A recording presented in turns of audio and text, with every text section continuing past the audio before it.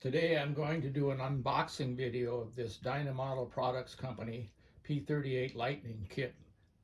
It's been waiting to be built for quite a long time now, since Dyna Model Products was a high-end scale model company from the 1950s and early 60s.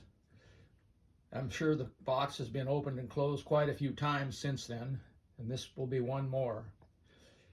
Here's a list of the ads of an ad put out by Dyna. All these Dyna kits were fighter planes. The P38 was the top of the line kit, costing considerably more than any other kit, as you can see by the list. But the P38 was known as two planes, one pilot in some places, so you get more airplane in the process. Obviously, the box is very old and has been opened many times.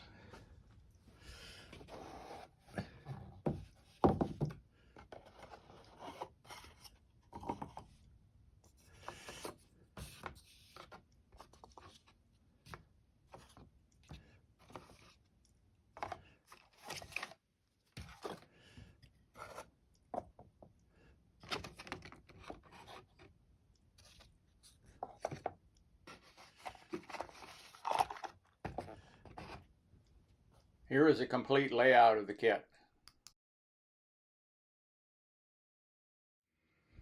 Dyna Model Products Company was probably the most inventive in providing detail to their kits.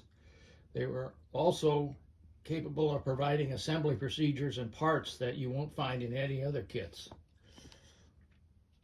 The fuselage are made of some kind of soft wood. It's not balsa wood though. And their car are fairly close to finished dimension. You can see they were turned on a duplicating lathe because the ends show the turning marks. The wings are just cut out of a sheet of balsa wood, and you have to completely form them. The tail surfaces are stamped out of a piece of balsa wood, so you similarly would have to form their airfoil shapes.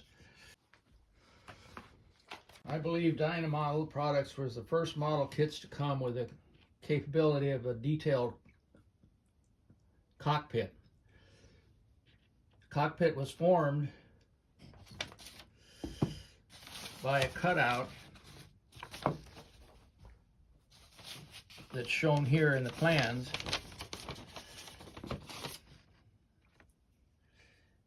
And then the sides were filled in by a piece of balsa wood, so that left a cockpit-like opening when you sanded the filler parts to be flush with the side of the fuselage.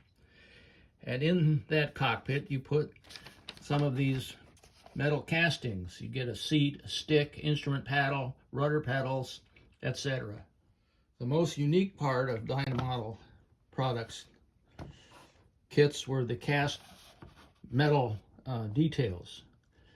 They were beautifully cast, and most of the kits contain one box. Since the Lightning is kind of a double airplane, it has two, and it has a propeller, nose wheel gear, main gear, wheels, turbocharger, and instrument panel, armor plate, etc.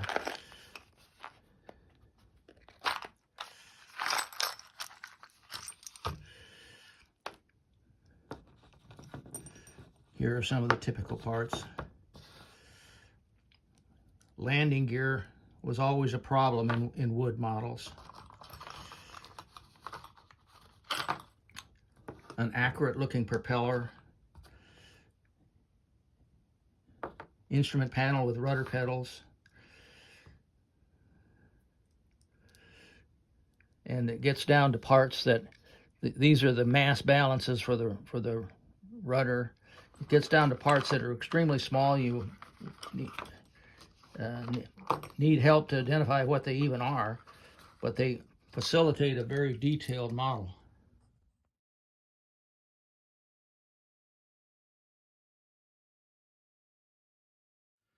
Another feature that unique to the Dyna Model kits was the build fixture that was always included. I've been told the Dyna Model founder was a former Grumman aircraft engineer. That would suggest that assembly jigs were a part of his past.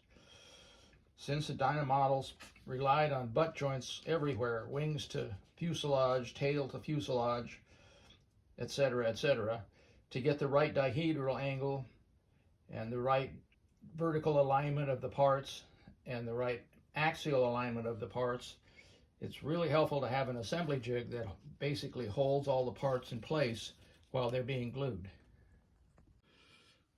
So here's the model installed in the assembly jig for the front end.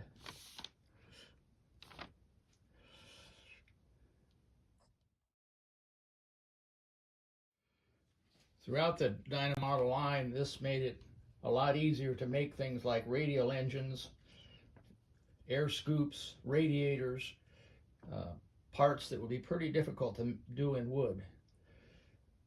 Other makers, notably Monogram, followed this example using injected plastic instead of metal for the details. When plastic models came to dominate the scale model world, Dyna Model left the aircraft modeling business. Briefly, they offered wood boat kits. Then they continued on making models for HO trains layouts using mostly cast metal parts similar to these. Thanks for watching. If you like this video, please give me a thumbs up and subscribe. Also, have a look at my other videos. Thanks again.